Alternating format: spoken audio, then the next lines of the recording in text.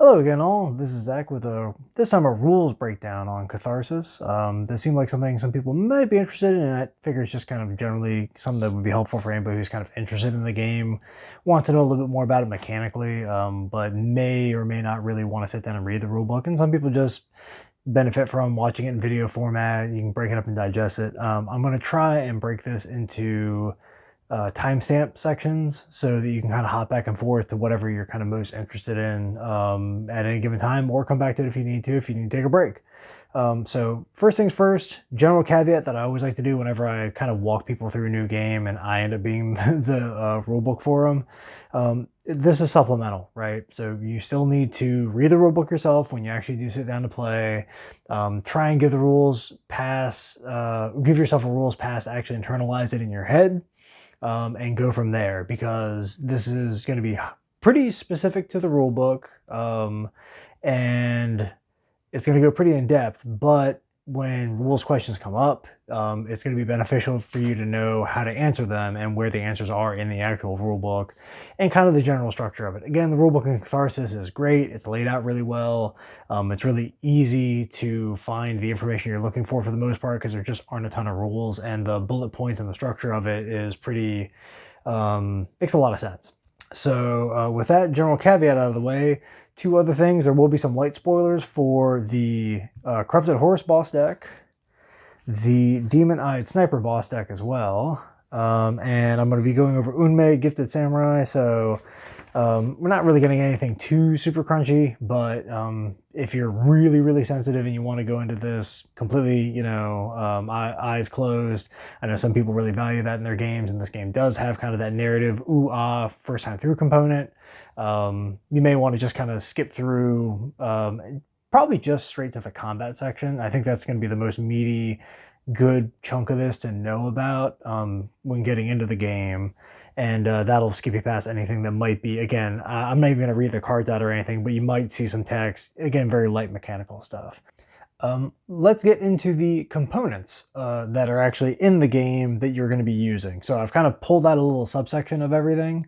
That's kind of like a little microcosm. When you play a bigger or smaller game, or bigger game really, you might need more stuff than this, but this is like the bare minimum unit that you would need to play Catharsis.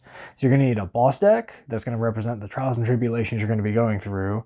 1 to 4 player decks. You can go up to 6 with the Dragon Lich, but it's just little old me here, so I'm just going to get out 1 player deck to represent this. It's going to be me trying to get through the Corrupted Horse boss deck. 1 set of 66. You get 6 of these in the core set. I believe so. That math sounds about right in my head. So you get, I'll update in the comments or the description of this thing if there are less sets of D6s, but I'm pretty sure it's 66, which is enough to theoretically cover a whole Dragon Lich set. So you shouldn't need any more, but if you have some favorite D6s, hey, feel free to break them out. I like the ones that come in the Catharsis set. They seem fine. They don't seem to roll extremely bad. They're extremely great, and they're nice and easy to read, which is a big thing. And then you need something to track the different effects that are going to come up in the game. So the game, of course, comes with some big punch sheets of tons and tons of these wonderful little tokens that are really useful for tracking things. You can use whatever you have handy, bits of string, fruit. If you have a bunch of kids, you can have some of them stand in specific places around the house to remind you of boss effects. I mean, jokes aside, these work pretty well. They come in 1, 5, I think 25, and 3 and 10s. So they give you enough denominations that you can divvy them up as you need to. But again, this is kind of where it can get into, sometimes using dice for this may be a little faster and easier, because when you hit those incremental numbers, having to dole out a 3, 2 1s, and a 5, flipping a die over can be faster. But that said, you get extra D6s in the box, and these tokens are pretty easy to read, pretty nice. They're very high quality, which I like a lot. And they are coded to the different effects, which does help a lot. So the big old rune skulls on them represent boss effects of some kind. So as dictated by the boss deck, you may put these down to represent being on fire or other trials and tribulations, or you may just put them out to remind you, hey, there's more enemies out here that aren't necessarily represented by additional cards, but this will help you track that there's more people, more critters really, that you're dealing with. Health counters, which is the blood thing. Oh, there are indeed up to 50 apparently. Blood counters, which is pretty straightforward. This is kind of the most easy to represent with anything else generic. Just throw some chits on there to represent the damage as you go along. You probably are going to want some decent denominations of these because the values can get pretty high. Not like crazy high, but I mean, you know, in the Corrupted Horse boss deck, for instance, there's a critter that even when fighting it solo, it has 30 health. So, you know, that's a pretty big number to have to track. So, you know, you do want some of these decent denominations. And player tokens, which are these wonderful little pixies, and you will be using those to track the various things that accumulate for your player character. You might want to use them for some stuff that you can track in the boss deck, but I tend to use the boss counters for anything that's specific to the deck. So most specifically, like for Hidorian, his dice pool card, which try not to get too much glare on that guy, you would put player counters down to represent how many dice that you've stored. And we'll kind of get into what that means for him a little bit later on, because I'm going to kind of hit not super specific player decks, but the ones that have exceptions. But, you know, as things go, these are a great way to track player effects. And again, whatever you want to use to track everything. But these are good and they come in the core set, so it saves you some money and it's easy to set up. You paid for it, so might as well use it, right? So let's get into the pre-game, setting things up, actually getting the game up and running. So I'm going to move some of this stuff out of here. We're going to move the tokens off to the side.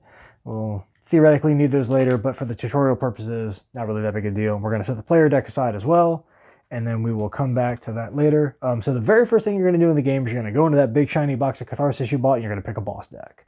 I am going to start off with a Corrupted Horse as your general example because that's going to be the very first one that you're probably going to want to fight. And again, it's the one I'm kind of most comfortable spoiling because it's mechanically very light and it is gameplay-wise relatively straightforward.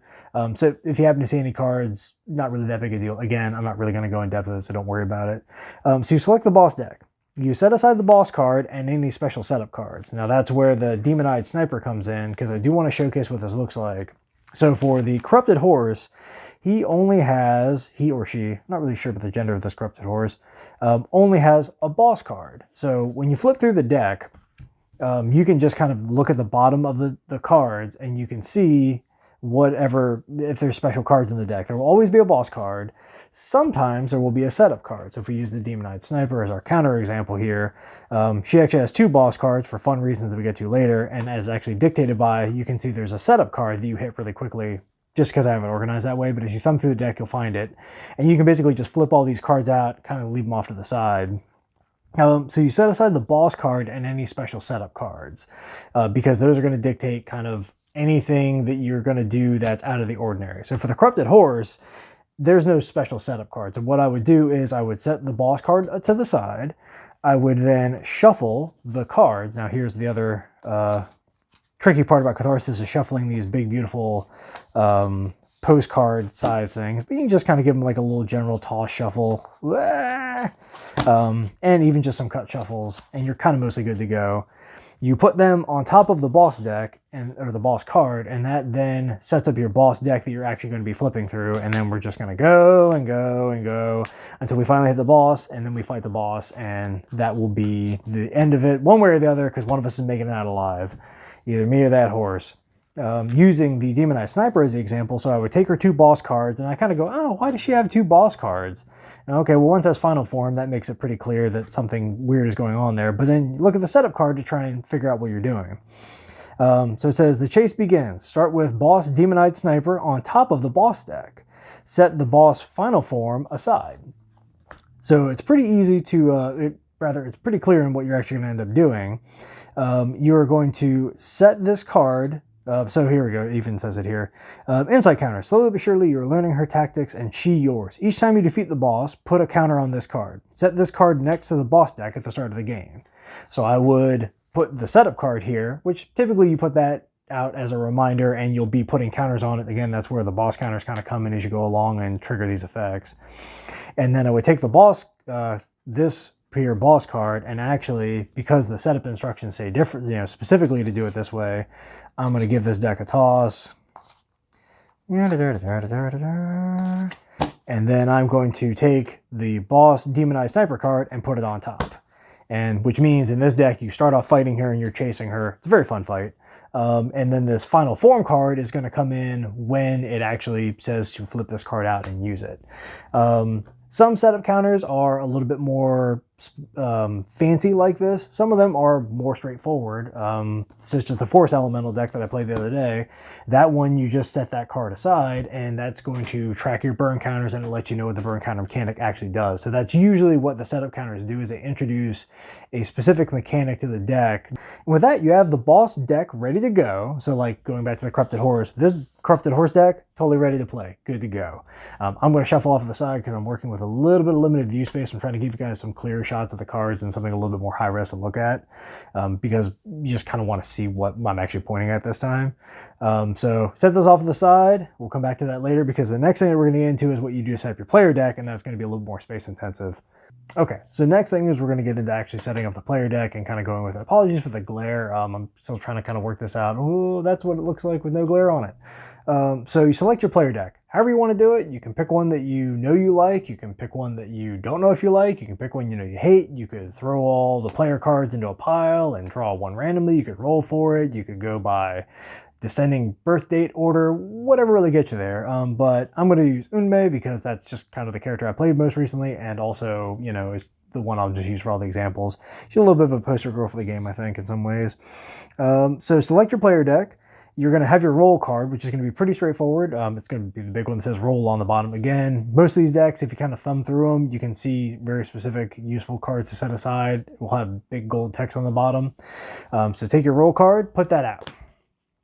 That's your backbone card that's going to have a lot of other rules that we're going to get to later that really dictate what makes your character special and gives you all the really fun, juicy stuff that you can do. Now, based on the size of this, you're not going to see all these cards that are going to come out, but I'm going to go through the process of it anyway. You shuffle the remaining cards, again, kind of give them a little toss. I think when these get sleeved up, they'll be a little kind of easier to do a little faux riffle shuffle with, but they are kind of huge, so I don't have giant hands. I can't really do a really slick riffle shuffle like I would with a different game. But yeah, just kind of give them a little toss around. Yeah, it's a co-op game, so we don't really need to super worry about highly randomized card generating and all that. And then you deal out 6 to yourself, or rather each player will deal out 6 cards from their deck that form the backbone of the abilities they're going to use. And I'm just going to lay out all 6 of them. Some are going to go out of frame, but you'll kind of get a sense of what it looks like. And also it's kind of a good way to visualize kind of about as much play space as you're going to need. So the player play space does take up a decent chunk. But again, it's nice because you get a good sense of how much, or rather, you get a lot of readability out of the size of these cards. So I'm going to shuffle these around a little bit. So you can see, I got 6 cards out, blows up the whole frame, but you have your discard pile here, you have your roll card here, and then you have 6 cards that are laid out. These are going to be the powers that you're going to use throughout the course of the game. And we're going to kind of get into how you're going to activate them, what they're actually going to do in terms of combat, how they relate to taking damage, doing damage, stuff like that. The other thing I do want to bring up is some characters even do have their own special setup cards. So again, Hedorian has a dice pool card. You would set this off to the side and do any special setup stuff. Typically, actually, so far as I've seen, all the special setup stuff will actually be on the player card. Again, Unmei, she's a great example for learning because she's pretty straightforward. So Hedorian actually on his card says, hey, put this card to the side, put 1 in every dice pool counter to show that you have 1 in every die stored to start, and then you're going to kind of go from there. With that, actually, your player deck is ready to go. So you have your boss deck that you shuffled that's ready to go. You got your player deck that's ready to go. You got your dice to represent what you're going to use to roll for abilities. You got your giant pile of tokens or chunks of fruit or meat or children. Not chunks of children, don't do that. But children standing around to remember numbers in their heads, which will help them learn their numbers anyway. So you're good to go there. And then the next thing we need to do is set up the morale tracker, and then we're pretty much going to be good to go. All right, so I'm going to leave the player cards just kind of as a background element here. Actually, no, let me clean those up. Those are going to be a little obnoxious. So just for visualization purposes, again, you would have out your player cards, you would have out your boss deck, you would have all that stuff, and you'd be ready to go. But again, just to make it kind of easier to follow what's going on here, I'm going to set Unmei off to the side. She would be the one trying to deal with a corrupted horse, because we're going to set up the morale tracker next. Just showcase my favorite thing, this lovely little magnetic guy. Stays on the board, dual-sided, which is also nice, but you know, you don't need to worry about getting knocked around. I brought that up in the review. It's just one of my favorite things about the game because I'm a simple creature. So for morale, pretty straightforward. You're going to pick a starting space for it and then go from there. There are a bunch, I mean, one, it's your game, you play it how you want. The rulebook lays out several starting points to pick as a morale jumping off point, I guess. You are going to do 22 morale, which is kind of air quotes 22 morale, because what you're going to do is basically start the morale tracker off of morale, and then the first point of morale that you would lose for whatever reason, again, we'll get into why your morale can decrease during the course of the game, then you would tick down to 21 and go from there. I call this baby's first catharsis mode. I'm a big fan of it because it gives you a little tiny bit of that extra buffer. The rulebook formally calls it new questors, which I think is a great name for it. First time going on the quest, especially when you're trying out something totally new and you don't know what the deck's going to throw at you. It's pretty reasonable to start up here and then go from there. The adventurer level is starting at 21, so just starting on the track. This is what most people would consider your starting thing. I do like how the rulebook says, hey, by the way, give yourself a little bonus morale. That'll help out, you know, if you're really kind of a little sketchy about how things might play out.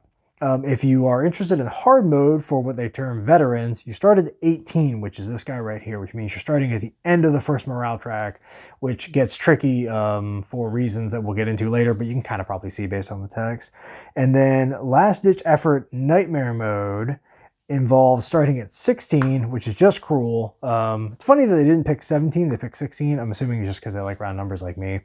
You're going to start at 16, which means, of course, you have that much less morale to work with, but also you take the first effect because you're starting at 16. So everyone's going to take 1 damage at the start of the game. Hence why it's last ditch effort nightmare mode.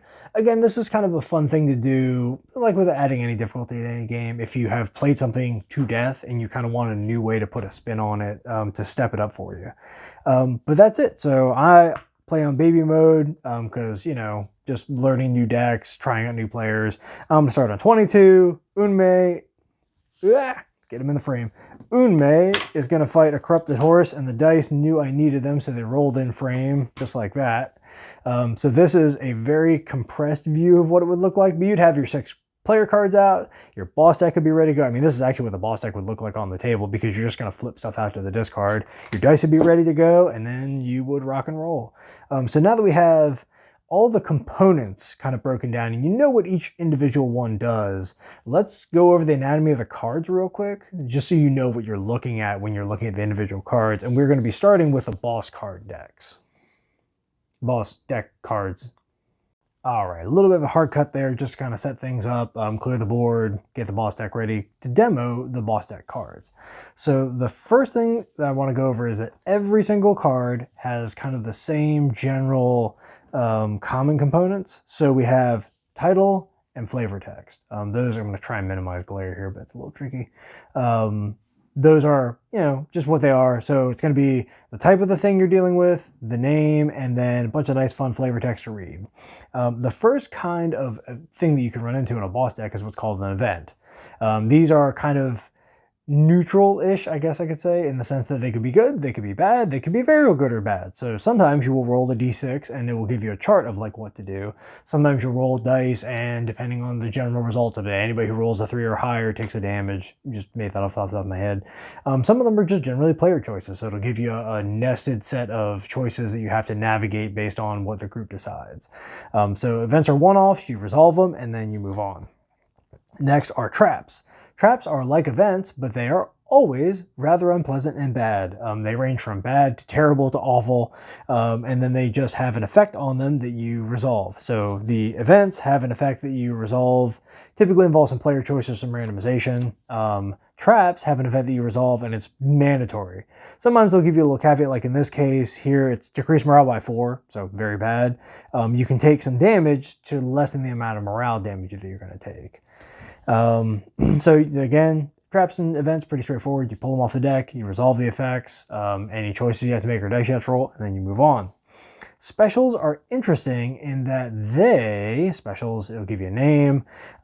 These replace your player power. So they, I believe universally, all have the requirement of discarding 2 player powers to add to your board. So you start the game with 6 powers, you have to remove 2 to replace it with 1. That has an interesting trade-off right out of the gate, which we'll get into a little bit more mechanically, but it basically means you're reducing your health pool and your attack pool to get this neat one-off ability that's specific to the boss deck, which may or may not help out. depending on generally how things are going to play out in the boss deck. And then in that special, it will say the sacrifice required to acquire the card. So player may discard 2 powers to take this card and add to their board. I guess across other ones, there may be ones that require additional things like taking damage, stuff like that.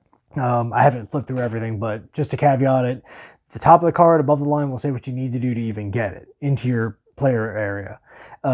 Then below that, it will list the damage of the attack and activation effects and any special notes that it may have. So this one's actually really straightforward. It just says at the start of combat, you may exhaust any number of powers, including this one, deal 4 damage per exhausted power. Some of them will actually have like dice that you're going to place on them, like normal powers or other funny, not haha funny, but funny as in interesting ways to actually activate the power. But they basically function just like player powers that you pick up during the course of your adventuring. So those are specials. Then we have monsters, the main way that you're going to, well, I guess the second most common way that you're going to take damage in, of course, the boss deck, because traps tend to be quite saucy. I guess events also kind of fall in that pile too, because sometimes they'll hurt you. So monsters, monster, you know it's a monster. The name of the monster, fun little description of the monster. These are almost always worth reading because a lot of them are actually really funny, and actually haha funny, but in a way that suits the decks. Health values. So these are important to call out because you'll notice there are 4 of them. In the common decks, well, in everything but the Dragonlance deck, it's a 1 to 4 player game. So the health values are the number of players in the game.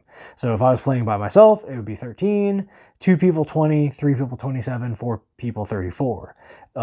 Very crucial thing to note is that in Catharsis, as the player count dwindles due to death, you do not change the scaling of things. So the number of players is the number of players who started the game. So if 3 people go out, and by the time we get to land leeches, 2 of them are dead, the poor sap left who has to deal with these land leeches still has to deal with it at 27 health. That also factors in because for each monster, there will be a damage of the attack. We'll get into kind of the sequencing of that a little bit later, but it just outlines how much damage the monster is going to do every time it activates and does its damage step. So for the land leeches, 1 morale damage, deal each player 1 damage, and you skip the refresh phase this round, or 1 morale damage and deal each player 3 damage. So you have a choice of basically how kind of saucy you want to make it. Do you want to hinder your ability to heal because they're leeches, or do you, in order to take less damage per turn, or do you want to actually keep that option on the table, like say if you had a bunch of prevention or you just think you're going to kill it soon enough and you just kind of want to soak it, take a bunch of damage up top. And then other effects if they're applicable. Some of these will have it on defeat, some of these will have specials listed, and in which case you just follow the text on the card. I'll kind of get to that later, but really if you just kind of follow the text on the cards in this game, it'll get you where you need to go. And then bosses are basically just monsters that are called bosses because they're the boss of the card. Corrupted Horse, see that's him right there, I'm Corrupted Horse. Health values, you'll note these values are pretty chunky, so 4 players take some doing to get through it. They typically have pretty beefy damage values, also morale, because by the time you're at the end of the deck, you know, you're really, it's the do or die situation. And then here's one of those specials. So the monster charges forward, drawing strength from the land, healing itself, and sapping your will to fight. At the end of each round after the first, each player must choose 1. The boss heals 4 health or decrease morale by 1. So in a lot of cases, the bosses will throw this extra little curveball at you at the end. So they are monsters plus, and also kind of exemplifying the deck that you just played through. So they'll kind of usually call back to either some specific mechanics, or in the case of the Corrupted Horse, you know, it's just emphasizing here, hey, you know, if this is the first boss you've ever fought, you got to expect that it's going to do some solid damage, it's going to have a lot of health, and then it's also going to have some special that you're going to have to navigate in terms of either doing enough damage to overcome this or being able to soak the extra morale damage that you're going to be taking turn by turn. And with that, that's all the decks, the cards that you can expect to find in the boss deck. Next, we're going to go over the anatomy of player cards because some of them get a little fancy, but for the most part, they're pretty straightforward and easy to understand if you just kind of read them. All right, let's get into player cards and the structure of them so we can kind of understand what we're going to be staring at for most of the game, because it's boss cards and player cards, and that's pretty much the whole thing. So every character has a role card designated by the role keyword at the bottom, big gold text. So if you ever shuffle into the deck, kind of thumb through your cards and see when you hit that, you know you found your role card again. If you flip it over, there will be at least 3 things on it. Some will have more, but the main other 4th thing that will be there, I'm going to switch out characters real quick to Tenzin, because he has an example of what is a keyword. So combo. So keywords will be before the description of passive, which is in all caps. You kind of know this is common to everything. Combo is a card that is specific to his cards that are in his deck. And it's not in the rule book, it's not anywhere else. You have to reference this card to know it because it's specific to him. So if you're ever looking at your player cards, you're kind of like, what does this ability do? I don't quite get it. And you don't find the answer in the rule book, double check your role card because it probably has a descriptor of what is specific to the character on it. Common to all of them, though, is going to be your character's name, so right in the middle, just so you know that you have the right one, because, hey, maybe you did a weird super shuffle and everybody's mixed up. The passive ability, which is always active, so it's the core thing that usually defines your character. Again, you can see Unme is very straightforward. She has a simple passive, she has a simple flip. We'll get to what a flip is in a second. Tenzin is a more complex character. He has a keyword, a big passive, and a big flip. But all that text is on here. You can see same 3 components always, sometimes a 4th, sometimes it'll be even a little bit more maybe. But that's the backbone of the card. So passive, name, and flip ability. We'll get into mechanically what those mean later, but that's your role card, which is always set aside and always up and available to you, unless you use a flip ability, but kind of get into that a little bit more later.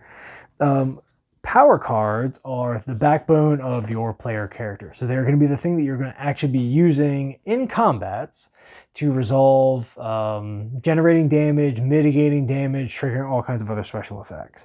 So for a power card, there's the name of it, which, you know, again, this is all just fluffy stuff, but it's good to know. There's the ability title, there's flavor text. Do note there's flavor text for both abilities, which I appreciate the effort that went into that. There's the ability cost, which is the dice that are required to activate it. Now we'll get into the specifics of what all this means, but just so you know, looking at it, okay, this is going to require 4 dice. This looks like this requires 2 different sets of 2. I don't really know what that means. I do, but if you look at this first time, we'll get to that later. And then the ability effect. So you'll have dice as your indicator of what it costs to use the ability, and then in gold text, that's kind of the same font as your passive and your flip. What the actual effect does when it triggers. Again, we'll kind of get into the sequence of how that pops off a little bit later on. There are some weirdo cards that are worth pointing out, just because they have a little bit of a different format, just so that when you see them, they're not quite so terrifying. So the first one that's really easy. So in your normal player card, there's a top and a bottom, right? So here, there's these 2 different things. Functionally, it's just kind of 2 different sets of things you always have access to on a card. There's a character named Fizzleboom and Burr, and the way that they work is that there is a Fizzleboom part of the card and there's a Burr part of the card. He mechanically is going to, well, they are going to flip back and forth and their cards rotate as they go through their deck. So you'll note they kind of have 2 tops and bottoms. Here, there's 2 different abilities up top on this card, and there's 2 different abilities when you flip them around. So not that different than the other ones, but if this was the first character you decided to play because you read it and you were like, man, that character sounds hilarious. Again, reading your player card, the passive will let you know kind of exactly what you're doing there, but this is the structure of that card, and you'll note, it's pretty similar, but not quite the same, and that's why. The next is Addendum, who has a card that initially is a little bit overwhelming because you can see it has a lot more stuff on it than the Unme card, which is kind of your baseline example. But Addendum's pretty straightforward when you get the gist of it for him, because he's singing songs and his songs power up. So not to get too much into his mechanics, but broadly speaking, as you use his powers, are going to rotate. And really all you're doing is everything starts on 1, and then that is the one ability that you have access to on his card, barring any weird special things that unlock it. And then as you use it, you're going to rotate it to 2, 3, and 4. And after 4, some really special stuff pops off and you're done with that one forever. But again, that's specific to him. The reason why his card has so much going on is because he's actually rotating through his cards as he goes.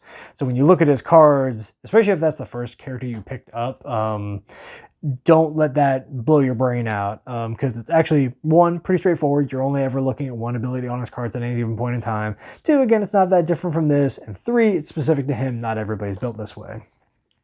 And then just to bring up Briggs and Liara, they're a really interesting pair. They're Single deck that has to be played by 2 people because one is Liara, the spirit that is passing cards to Briggs for him to use. So you can see the breakdown of this card is different in that Liara only ever uses the top and Briggs can use the bottom parts of the card. So the whole mechanic is these 2 players working in tandem, kind of passing cards back and forth, because as he's using them, he's giving them back to her, she's giving them to him. Again, structurally not that different. It's actually in a way kind of nice because there's a lot less on here to take in initially. But again, if this was the first deck that you happen to pop open, that's why that looks so different. If you look at the player card or the roll card, again, that'll break that all down for you, but just so you guys kind of know what the weirdo cards look like out of everything. And with that, we have all the player card descriptors. With that structural info out of the way, let's get into the actual rules of playing the game. And we're going to start with the rules of interacting with a player deck, which is kind of the main thing everybody's here for, right? So getting into the actual player deck rules are specific. First, general rules that apply to absolutely everybody. But again, there's always some caveats to Catharsis, but realistically, this is like the backbone of all the player deck rules. Each player has a 20 card deck with 1 roll card. And I even have here in my notes, Briggs and Liara have 2 roll cards, 1 per player. So again, Unmei, 1 roll card, 20 actual ability cards.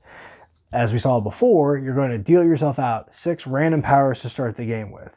You can never have more than 6 at any given point in time. There are some fun events that can come up that can change that, but in terms of the core game rules, if anything gives you a new power, another one has to go out. If you are told to replace a power, so if I have my Unmei card set up, and then I'm just going to deal out a couple as like very broad examples, because again, the camera's a little tight on this, but you know, imagine I had all 6 out and I was dealt a new power that I can use to replace one. So something had the keyword replace on it. You would flip the power over, see what it is, pick one of your existing powers in play, put it in your discard pile, and then the new power comes in, and an important thing to note is that it comes in unexhausted. We'll get into the fine points of what exhausted and unexhausted mean and the pros and cons for your player character later, but it comes in unexhausted, which is really nice. If the player's deck ever runs out of cards and you're instructed to draw, you don't draw anything. There's no shuffle and reset of the discard pile in this game. Everything's kind of a one path through, which is nice because once you get through the boss deck, you're done, but it also means if you happen to get through your player cards, you're done. So getting back into the roll card for a moment, because again, there's commonalities here for everybody as well. Again, every roll card has at least 3 of these components. We have a passive, a name, and a flip ability. So I'm going to kind of get these other cards out of the way here to kind of make it easier to look at this here roll card. That's going to be our example. So the passive ability here is something that is active for as long as the card is face up. So, you know, theoretically, this could be active all game, and you could just never choose to flip down. These are really important to remember, so it's really worth reading it and double checking your card anytime you do something, especially when you're first playing a new character, first starting the game out, to make sure that you're not missing these, because the passives are typically the backbone abilities that define the characters. The flip abilities are abilities that are triggered by, shocker, flipping your roll card over. Note that when you flip your roll card over, because it's actually flipped over and the way that passives work is your card has to be face up, flipping your card over means that you no longer get your passive abilities. You will still get any always active abilities that are sometimes laid out on cards. They're typically stuff that, like, if the character lost access to it, they'd be really, really bad. But like in this case for Unmei, when she chooses to flip, her passive is going to be gone until she can unflip her roll card. One quick little caveat, or not caveat, but I guess player note, is one thing I find is that during the course of the game, flipping your roll card over tends to be a little bit pain in the neck because you can't read the flip text anymore. So when I use my flip abilities, I will just turn the card to the side to represent the fact that the card is flipped. I'll kind of do the whole deal for the turn, and then when I don't need to reference the flip ability anymore, then I'll flip it over and leave it there until we unflip this roll card. Worth noting also, just as a general player note, unflipping your roll card is the most difficult thing you can do in terms of resource expenditure, relative to this game anyway. So choosing to use your flip ability is a big deal. They're kind of like mini feats in other games, like this big pop that you can pull off, hence why they tend to have pretty prolific effects. Again, Unmei's doesn't seem like a lot when you just read that one line, but when you just look at her abilities, then when you're playing with other people, it really does kick off a lot of stuff. And then for your abilities in the game, I said that they are used in combat, which is the way the vast majority are going to be used, but it is worth reading the text on them because I know, for example, the Paladin can use some of his abilities for events and traps. So sometimes you'll get to use them outside of combat. It's worth just kind of always keeping an eye on them. For the most part, though, every ability that's listed, oh, sorry, I'm looking at the wrong card here. Every ability that's listed on your ability sheet or your ability cards for your player character are going to be used in combat. Again, if they can be used out of combat, it will have a very specific qualifier on it. And typically those don't even have dice on them because you're not rolling dice and placing them on a card outside of combat. But again, we'll get into the specifics of that a little bit later. All right, so let's get into damage, exhausting, recovering abilities, and player death, and how that relates to what, the exhausting your cards actually means and what it means for your livelihood. So abilities primarily are going to be exhausted as part of activating. So again, going back to before, there's an activation cost for the abilities on your cards. We'll get into the nitty-gritty of that a little bit later on. But as you pay the activation cost on those abilities, after you resolve all of the effects on those abilities, you're going to flip them over to exhaust them. That's the formal game term, exhaust tired. Unless a card says that it does not exhaust to use. A really easy example is a character Hidorian. He has store abilities on all his cards that let him store his dice to use later. Those do not exhaust his card for kind of mechanical general balance reasons. So because it says they do not exhaust, you can use those abilities and not have to flip the cards over. But for the vast majority of cases in the game, you are going to be saying, okay, I'm going to do the upper part of Graceful Slash, and after you resolve, dealing 4 damage and 1 damage as separate attacks, I'm going to flip that card over to represent that it is now exhausted. Fizzleboom and Burr, going back to them, they're funny weirdos in that when they actually use an ability to activate it, they do not exhaust it, so they don't flip their cards over that way. They rotate them 180 degrees to activate the other half of the card. Again, they're kind of a funny little oddball set that way. The other way that abilities will get exhausted, I'll flip back over just because I only have 2 examples here, is suffering damage. So whenever a card says that you take damage, traps, events, monsters, and bosses are the most common ways to do that. Player abilities can also damage other players or yourself. Typically it's a trade-off for doing something particularly beastly. You have to, whenever you suffer damage, for every point of damage that you would suffer, you have to either exhaust an unexhausted ability, or if all your abilities are exhausted, then you have to start discarding for every point of damage you take. A very important thing to note about discarding abilities is that, and as we can kind of see from earlier, or rather from having already talked about how damage works, you have 6 abilities at the start of the game. As you take damage, they are going to flip.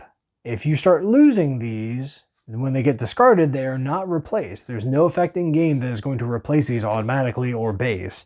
So it's exceptional for you to get a card back after you've discarded it. I've only ever seen one thing so far that might do that for you.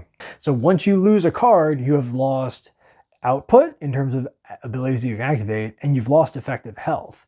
So for the most part, you really want to be trying to take damage in available abilities, and that's kind of the push and pull of the game, is keeping your health up enough so that you're not taking damage and flipping these down. Important to note that you cannot take damage to your roll card. So this card is here and it will get flipped as part of using your flip abilities, but you are not going to be flipping this as part of taking damage. You effectively start every game with 6 health, 12 health if you're really willing to double down on it, and then as you take super damage, i.e. you're getting, that's a term I just made up, it's not in the rulebook, don't look it up. As you take damage and then you take damage again and cards get discarded, your health pool goes down. So you want to try and keep that from happening as long as humanly possible.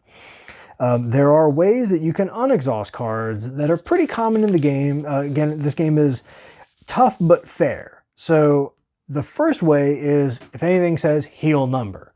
Unmei doesn't have a ton of that. She has a little bit of that in her deck, but if it says heal number, you heal that many cards. We'll get into kind of the specifics of that a little bit later on as we discuss what specifically the heal ability means, but I mean, makes sense. Healing gives you cards back. After you defeat a monster, the recovery phase of recovering after defeating a monster lets you refresh up to 2 cards. So if I, as part of it, again, imagine there are 4 more cards over here. If I use these 2 cards to defeat a monster, after beating it, I can get these 2 cards back. So there is kind of a natural attrition factor to the game in that as you're using abilities, they are going to flip, which means you're more vulnerable to taking damage. But if you're defeating the monster as you're doing it, every player, when the monster is defeated, is allowed to refresh 2 cards. And then this is where the morale tracker comes back in, so let me just get this guy back. And the reason why having your morale go down is so dangerous over the course of the game, because this is the resource you're going to use to get your health back. So at the end of every round of combat, or after fully resolving a boss card, meaning that you've fully resolved, after you fully resolve the combat, i.e. monster dead, after you fully resolved an event card, after you fully resolved a trap card, you can choose to decrease morale by 1 to then flip all of your cards back over that are exhausted. That is important to note because that is the only way, at present anyway, they may, throw some special sauce later in the expansions or whatever that allow you to do this differently. Right now in the core game, that is the only way that you can get your roll card back. So after you flip this for your flip ability, it's going to cost you morale to get that back. So you can see very clearly, there's only so many of those during the course of the game, and once you get to this point, it costs more morale to even refresh to heal. So realistically, you only have so much health, only have so many refreshes to deal with.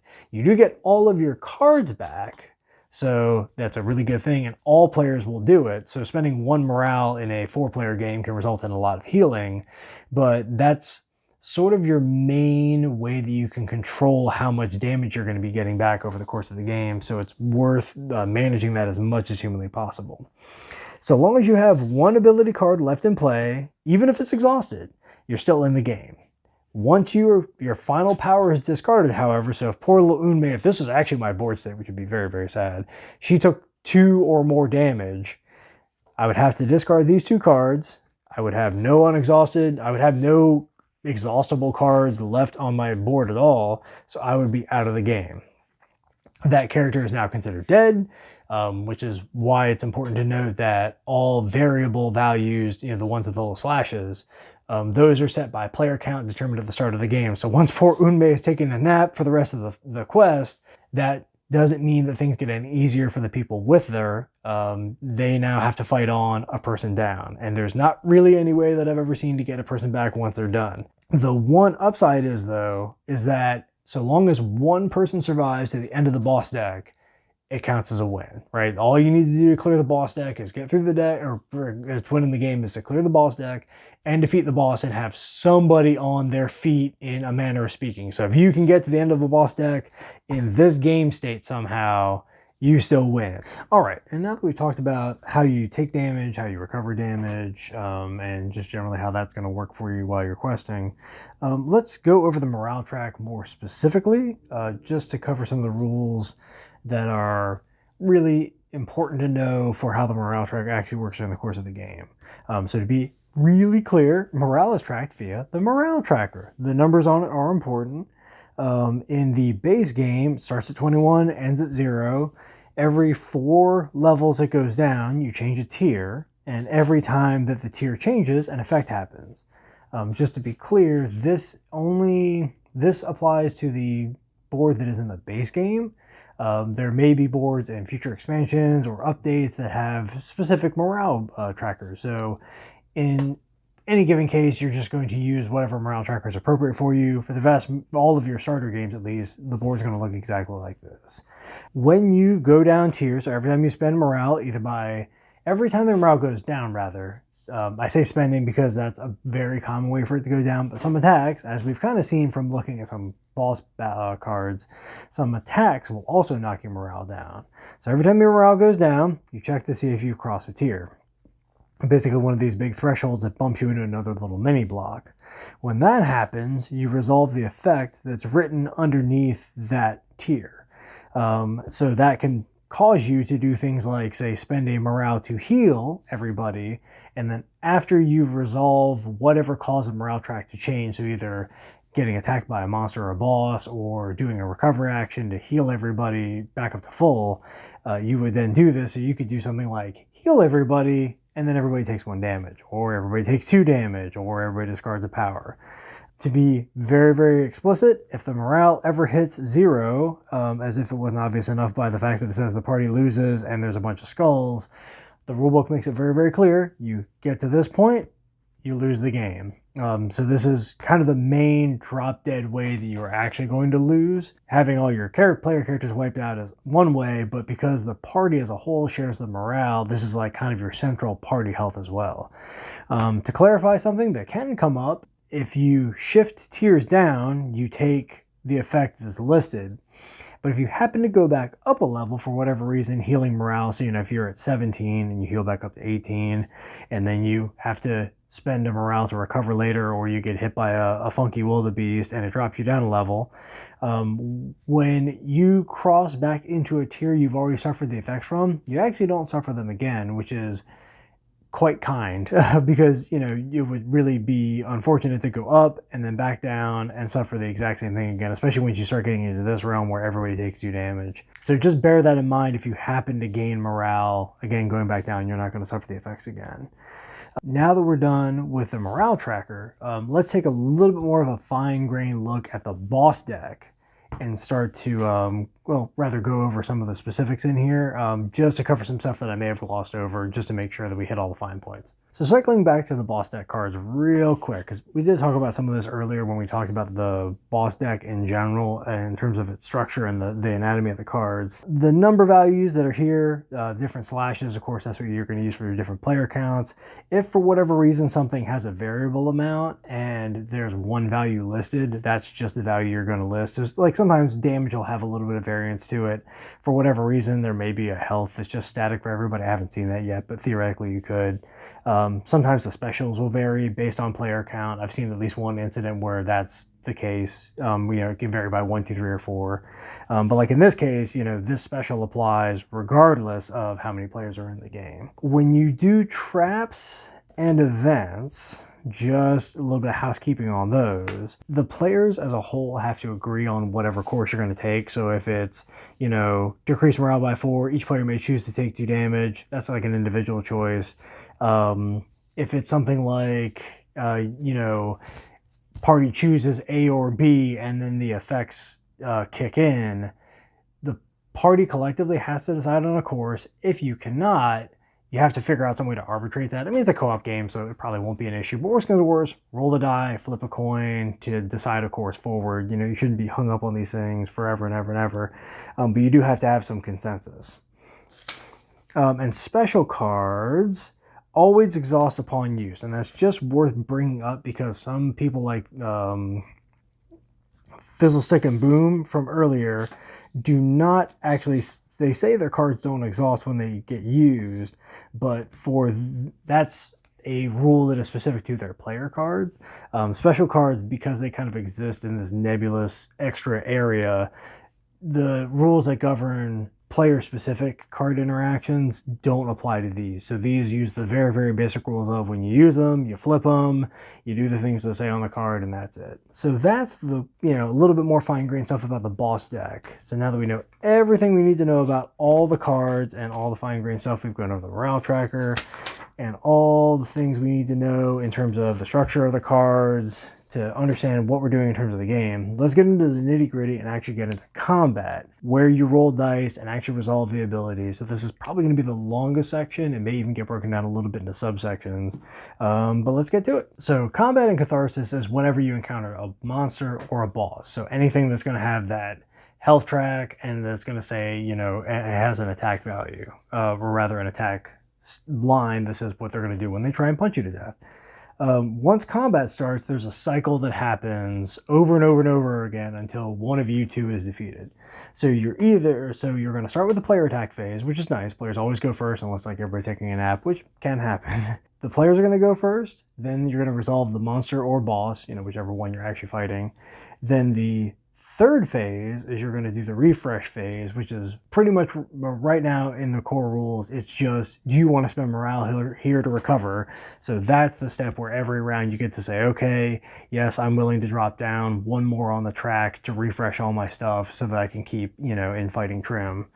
And And you just repeat those over and over and over and over again. Now, let's take a look at what the player phase looks like, because that's where all the dice rolling is going to happen and where a lot of the work is going to be done.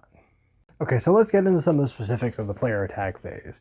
So that's where we're going to get back into your passive abilities, your flip abilities, and then the actual active abilities on the card, and we're really going to get into breaking those down. So the first thing that you're going to do in your player attack phase is you're going to take your set of dice that you have available to you. It's always going to start out as 6 dice. Some things in the game may make that worse. Some things that I haven't seen yet may make that better.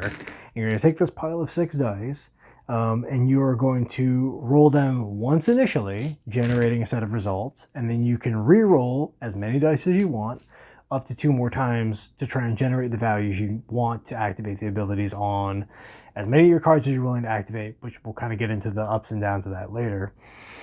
You can only use your own dice to activate abilities, which means that you can't call for like, oh man, I just need a 3. Can somebody give me a 3? There are mechanics that allow you to help other people out depending on the player character you're using, what powers you have access to, stuff like that. Which again, we'll get into it again in a second. But straight out of the gate, the dice that you roll are just the dice that you have sitting in front of you.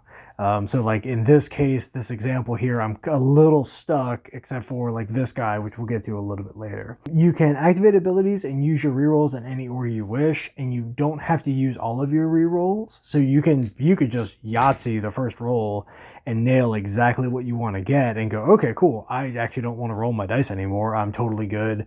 I'm going to activate, these 2 or 3 abilities and move on.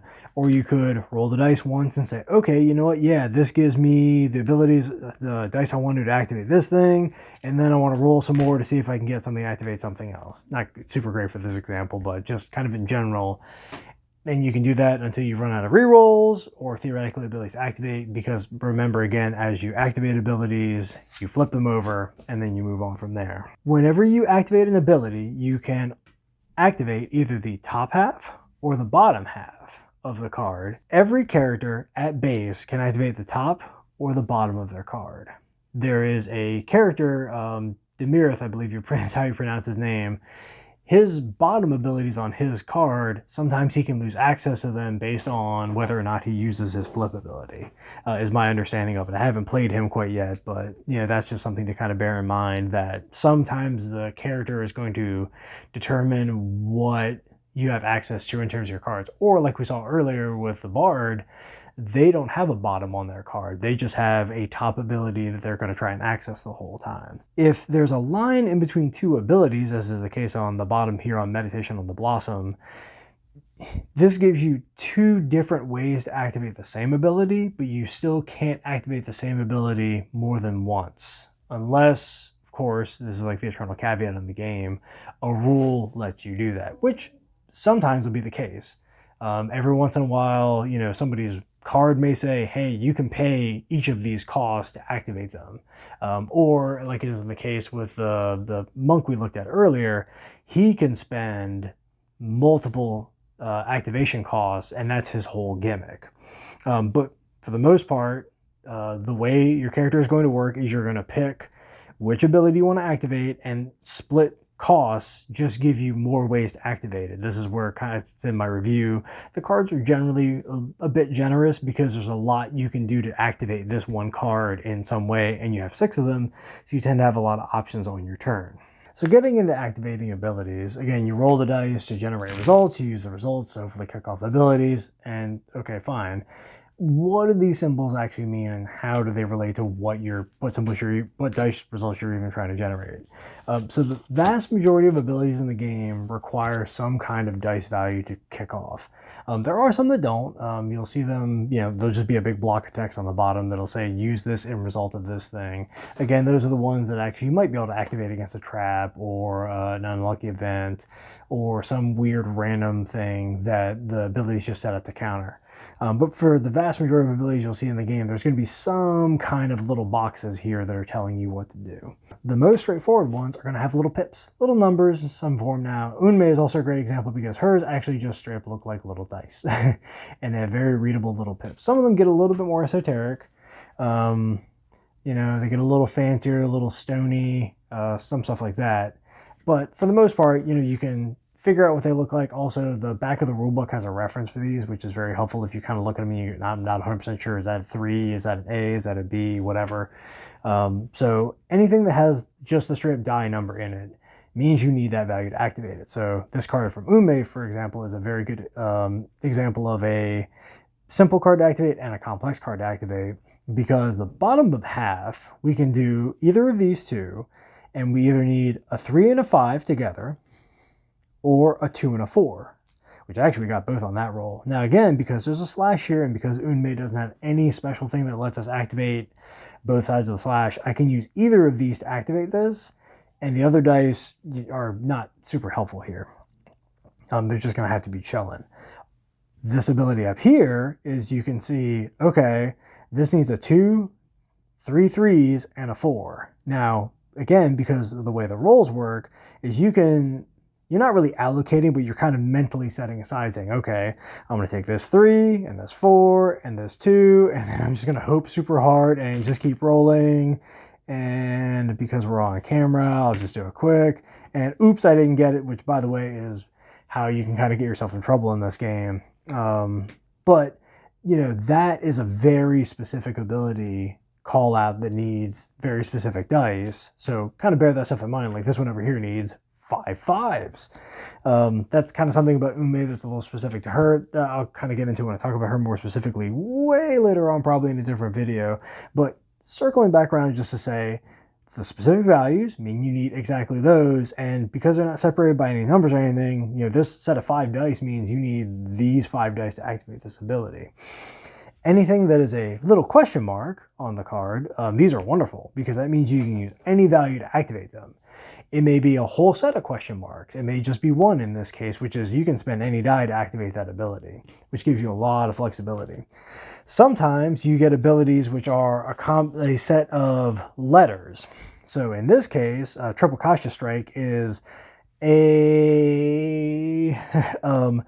whenever there's a single set of letters, it'll almost always be A's.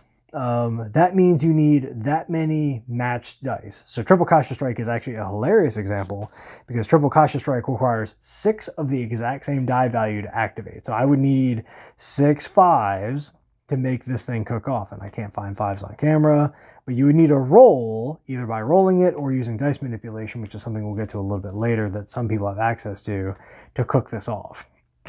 Very expensive, difficult ability. As a counterpoint, the top ability on Ijutsu Strike is just 2 of the same thing. So that's not super crazy to generate. Look, I just did it twice on 1 roll. Again, you can only activate it once, because you would say, I'm doing the top of Ijutsu Strike, and then you would flip it to exhaust it. But, that's not that hard of a thing to come up with.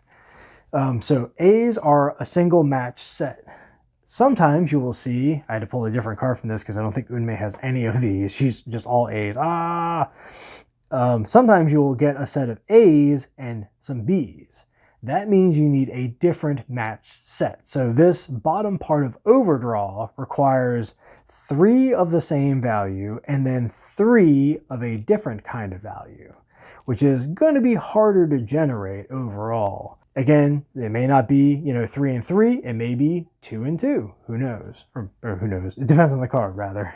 And then one that's specific to Demirth's deck, just to kind of show it off, he is all about placing down his cards in specific locations on his board. So you generate, you flip out 6 random abilities, and then the number on his spot is the number that you need to generate. So there'll be like the little number symbol here, and that will say, okay, in order to use this ability, I need to put a 2 here because it's in my 2nd slot.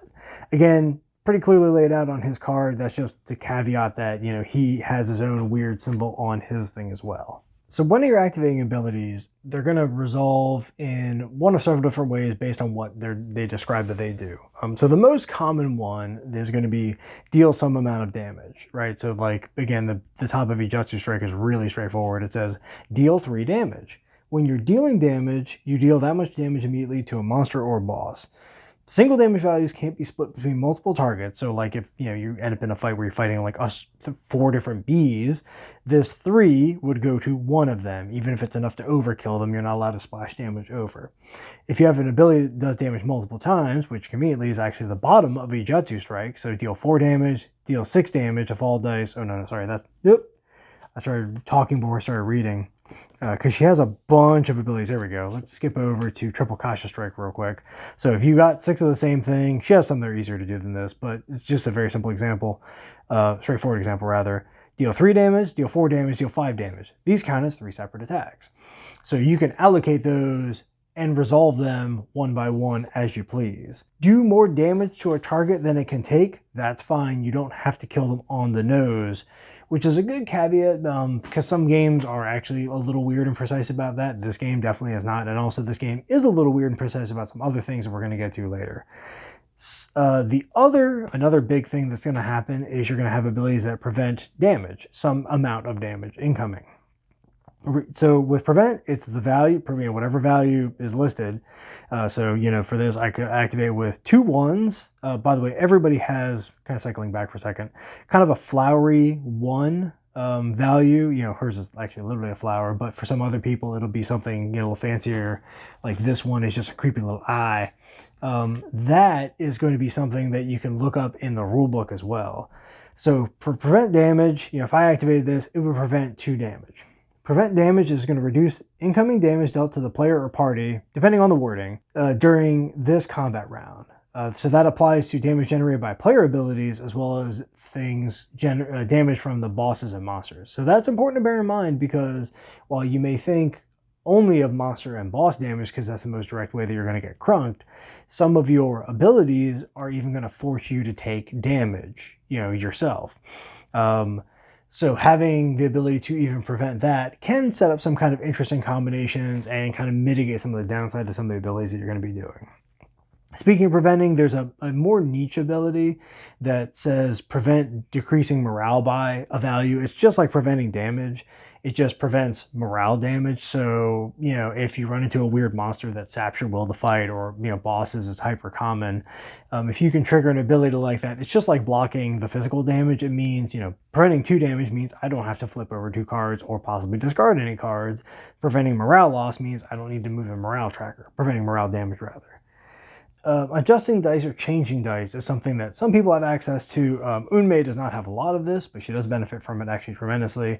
But Leme or Leem, we can go, I guess, whichever one you find more fun to pronounce because I don't have a pronunciation guide handy. So I'm just going to go with Leme because it sort of fits the way the rest of her name looks like it should work. I'm going to use her as my example here because she is very big on adjusting dice. So adjusting die/dice by value. So you choose 1 or more dice depending on how it's worded. So like in this case, change the value of 3 dice by 1. Okay, so that means you pick that many dice in a pool and change it by that exact value. So the thing is, in the way the wording is in Catharsis, it's going to be as flexible as the ability wants you to be. Wants to be for you. So in this case, this ability is not super expensive to get off. It's a 6 and 2 of any dice. So it's not super hard to generate. As a result, it's a little bit more restrictive. It says change the value of 3 dice, which means I have to pick 3 dice, and then I have to adjust them by 1. That means I can go up, to 6 if I started at 5, or I can go down to 4. Dice do not wrap around, so if I'm at 6, I have to, and I pick that as one of my 3 dice, I have to then decrease it to 5. You cannot go less than the value that's listed when it's written this way. We'll kind of get to the caveat that exists for a lot of this stuff, which may give you some more flexibility, but this is a pretty rigid one of change the value of 3 dice by 1, meaning I've got to pick 3 dice and I've got to change them by 1. Now, my understanding is that each die, so if I had this set of 3 dice, each die by 1, I don't have to choose the same thing for each one. I could bump this one up to a 6. I could take this one to a 4 and say I need another 6 for another ability on this person. I could do it like that. That's still legal. But what I couldn't do is say, okay, I need 3 6s for this ability and I've got this going on, and I'm going to say, I'm going to change the value of 3 dice by 1, but I don't need to do all 3 dice, so I'm just going to do 2 of them. Because the key phrase up to is not anywhere in this sentence, I have to do all of these, which again, we'll get to a little bit more later. Replace is just something that's going to show up periodically on some abilities. That just means that you do the thing we said earlier, where you are going to remove that card from you're going to discard that card rather, and you're going to draw a new random card from the top of your player deck and put it in unexhausted. That will either be the whole cost or part of the cost of some of the abilities that you're going to be playing. And the last thing you're going to be doing with activating abilities most commonly is some form of healing. So I have 2 examples handy. One is more handy than the other one, so I'm just going to use it since I already had Lemia's cards out and I kind of got distracted by talking about dice changing, or dice adjusting rather is the term I see in the rule book, and that's the term I use for it, is healing. So healing is pretty straightforward. It's the way you flip cards back over. So very similar to the dice adjustment thing, it's a do what the card says to do. So target player heals 1 means I pick somebody, could be me, could be anybody else, and they heal 1 power. If it says heal 3, I have to heal 3 or nothing. Again, the key phrase up to needs to be there to kind of give you that flexibility. Unmei has some interesting examples because she has some cards that have the ability to heal her or prevent damage. For instance, she has heal, but because it doesn't say target, she's healing herself. Same thing with this prevent, although prevent has a little bit of a special caveat to it in general. So this heal, so far as I understand in the game, and hopefully like maybe somebody from the team could correct this if they happen to watch it, and I'm wrong, but because this heal doesn't say target, she is healing herself. She is chilling out. She is taking a second, taking a breath and healing. So she will be flipping 1 card back over as part of this transaction. Just to get to it real quick, because I have mentioned it a couple times, up to is a really important thing to bear in mind when looking at your cards, because that gives you the flexibility to do less than what it says. So if something said, adjust up to 2 dice up to 2, that gives you a lot of room, because you could then say, okay, I could do 0, 1, or 2 dice and change the values up to 0, 1, or 2. So just be mindful of the wording. Again, the golden rule I have for this game, I'm going to state it again later, I probably already said it earlier, is do what the cards say, don't do what they don't say. So when they, say, going back to Lemme, change the value of 3 dice by 1, that's pretty explicit when you just look at the wording. It doesn't say up to 3, so I have to do 3, and it doesn't say by up to 1, so I have to do 1. So the cards will tell you kind of how much flexibility you have in applying these abilities. And you can also sort of gauge it based on the cost of the abilities. If an ability is very expensive, it typically is going to have a more powerful effect, whereas something that's going to be lower in terms of dice cost, or in terms of having more wild cards, which, with the question marks, or even like those are a little bit easier to pull off, so they probably are not going to have as much powerful effects on them. Whereas if you had a card that required 4 5s, like in this case, changing seasons is 5 5s, you can see that this does quite a lot. That's 5 5s for 10 damage. So up to is just a really important thing to bear in mind. So in terms of actually resolving your abilities, once you've rolled the dice, you put them on there, they are resolved individually. I bring that up because, one, that's the rule, right? Don't get ahead of yourself. Don't get hyper excited and just dump all your dice out and just kind of fire them all off at once. Go, okay, I'm spending 1 die here to activate this ability, and then I'm going to spend, I don't even have them, but say I did some re-rolls and I generated some dice. Oh no, I'm not even going to get it for the example. I'll cheat if I have to. Incoming cheat, boop. And then I'm going to activate this ability. You would activate this ability, flip it. Activate this ability, flip it. The reason I emphasize that is because you also have the same thing going on for your flip ability on your card. And because you can do these in whatever sequence you want, and they are individual beats in the song of murder you are composing, it gives you the ability to say, I want this ability to fire before this ability, and in between those two, it actually would be beneficial for me to use my flip. Now, Unmei is a special example in that really, if anybody's going to be attacking, you want her to flip. But some other people may have flip abilities that you want to trigger in the middle, just due to the sequencing of it. Or, okay, well, I have a prevent ability that I want to use before I use this other ability that's going to make me cause 2 damage to myself. You have the ability to fire those off in any order you want, you just have to flip them over, which is why I mentioned earlier when I use my flip ability on my roll card, I tend to just tilt it, tap it like ye olde magic, just so that I still have it, that I still know that I've used it for the round until I flip it, until I recover and get it back.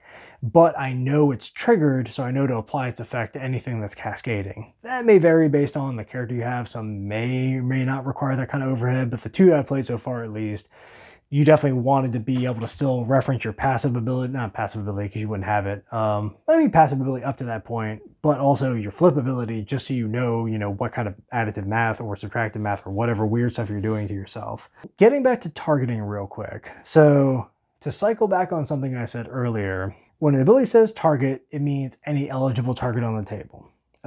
So target ability would let you select any ability on any player's board, regardless.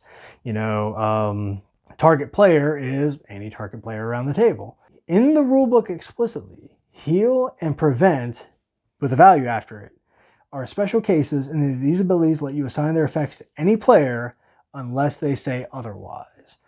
So I'm not sure if this will stay in the edit or not, but I had the question about this meditation on the blossom, heal 1, and Lemme has, I think I will leave it in there just because this is an interesting rules discussion. Target player heals 1. This is very explicitly, I am healing another person. Because this doesn't say target, my initial thought was, okay, you can't do it. But the rulebook has a caveat saying heal allows you to assign their effects to any other player unless it says otherwise. And this doesn't say you heal 1. So maybe there's a little bit of a disconnect in terms of what the original ruling was. Maybe this is just written in a more truncated fashion, and this is just being very explicit about what you can do. Suffice to say, not to complicate things too much, target says let you target anybody. Just keep in mind that prevents, which is kind of what I got tripped up on a little bit earlier, and even tripped up a little bit now. Still learning. We're all learning together. We learn as we go. Prevent can be assigned to any incoming damage. So you can use it for any player. So if any specific player is going to be taking that damage, I can use this prevent on that. It doesn't have to be explicit for me unless there's a card that does explicitly say I prevent damage just to me, which actually Unmei does have. Let me dig it up real quick. I will cut out this gap in the edit, or I'll leave it in because the song is great for digging up powers. Here we go. Prevent 3 damage to you and up to 1 damage to a second player. So this is a case where it's very explicitly overriding the core base rulebook ruling saying prevents apply to anybody. Well, here it's saying, hey, Unmei is blocking some stuff because she's going defensive, and you can do up to 1 damage to somebody else as a nice little bonus. The heals, I would just say, go by what's in the rulebook. They can be targeted to anybody unless they are hyper specifically saying just you. Again, the Unmei card may just be a little funny wording thing. And that's pretty much it. So after you've activated all your abilities, you've done your damage, just to make it very, very clear, check and see if you've killed the monster by doing as much or more damage as health on its card. If you have done as much damage as the monster can take, monster or boss, you resolve any on defeat effects that are on the monster or boss, which can sometimes mean it gets a last strike, or you eat some delicious fruit that it had on it, or you steal its Apple Watch off its dead body, and now you have a sweet Apple Watch. You do whatever it says on the card, and then you move on. In the case of a monster, you move on to the next card in the deck, or in the case of the boss, you have actually won. It's important to bring that up because the on defeat effects are not super uncommon and typically do something pretty interesting, especially when bosses have them. So bear those in mind as you're playing and don't just kind of breeze past them. All right, so now that we've gone over how you activate abilities, what the player combat phase looks like, let's get these out of the way and let's actually look at what the boss turn looks like, because the boss turn is going to be pretty straightforward. Is going to be rather unpleasant most of the time, and you need to know how to resolve it. Thankfully, it's very, very straightforward. It's not unpleasant in terms of resolving. So I have two examples out here: Ye Olde Corrupted Horse's Back and Ye Olde Land Leeches, together forever, BFFs together. Way that you resolve the boss turn is really straightforward. You look at the damage line and you do what it says. So if an attack specifies player, and that's why these two examples are nice. So 1 morale damage, which is actually the thing we talked about earlier, so you would tick the tracker down 1. Deal each player 1 damage, or you can do the other one, 1 morale damage, and deal each player 3 damage. If it says each player, that damage has to be wholly allocated to each individual player. So if it was a 4-player game, each individual person in this case would take 3 damage. If that damage happens to kill that player for whatever reason, and there's damage left over, somebody else actually is going to have to soak whatever's left over. So in this case, if each player took 3 damage, we did the second option for whatever awful reason, and then that killed somebody and there was still 2 damage left, they were just on their last legs, somebody else is going to have to soak that excess. The players do not get the benefit of cleave splash over damage, but the monsters do. So it's another reason to be very mindful and very careful about how you're managing your incoming damage, your discarded cards, your flips, and that kind of stuff. If the damage specifies the party, that's actually a little bit less punitive, because that basically creates a pool of generalized damage that goes out and has to be assigned in totality amongst all of the players once you add it all up. It's a really roundabout way of saying, in this example, deal 2 damage per player to the party and decrease morale by 1. So because this scales based on player count, we're going to say for a 2-player game, it would be 2 damage per player to the party. So it would be 4 damage total incoming to the party.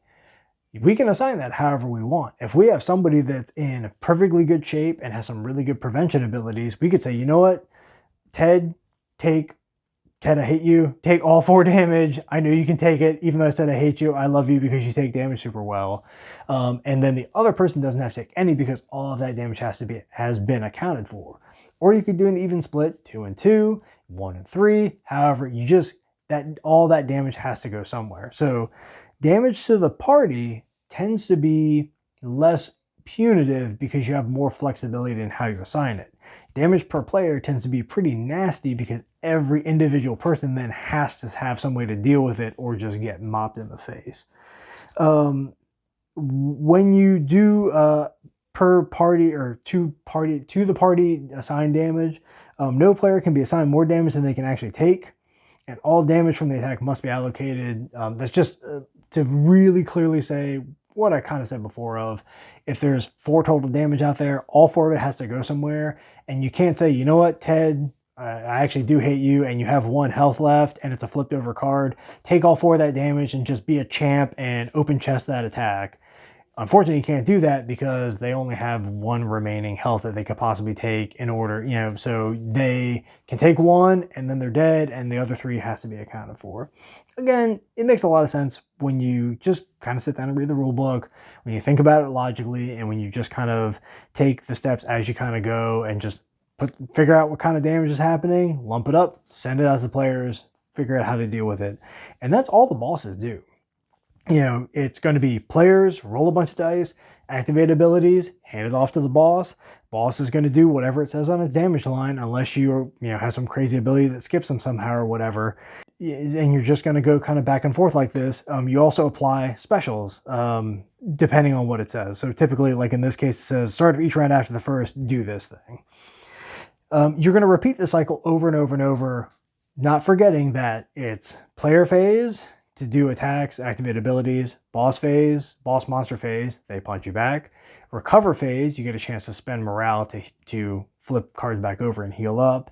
Go back to the start of the player attack phase, and just keep doing that until somebody's wiped out. You're either going to clear out all the enemies of all their damage, all the players are going to take all their damage that they can, or the morale tracker is going to get to these lovely little skulls, either by virtue of direct morale damage or by the players tapping themselves out trying to stay in the fight.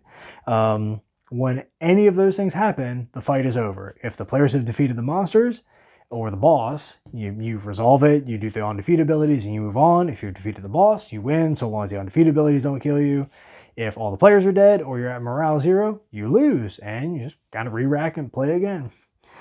So just to emphasize one last time, so cycle back around, getting ahead of myself slightly, that's all the rules in the game from a high level, taken straight from the rule book, kind of filtered through a little conversation speak. I'll roll some dice for some B-roll here. But that's everything you really need to know to play Catharsis. I hope this has generally been helpful. I want to emphasize again, do what the cards say and what the rulebook says, not what it doesn't. That's a term I came across, I think most specifically when playing Marvel Champions. But it's a really good barometer or like kind of a guiding compass in terms of how to approach a game and approach it kind of honestly, I guess would be the way to put it. You know, the game's telling you how to play it, right? The rulebook is very, very clear. The boss cards that I've seen so far are all very clear. The player cards are pretty clear, you know, because even in that example I gave earlier of, I'm a little shaky on the Unmei thing, it's like, well, you know, I have a ruling. I have a way that I would go with it. I'm like a little slightly curious about that, but there's not really anything that's like, I honestly don't understand how this rule works. It's just like, oh, that's a little tiny bit funny, but it's pretty clear because the rule book just says heals can apply to anybody unless they say otherwise. Okay, cool. Let's move on.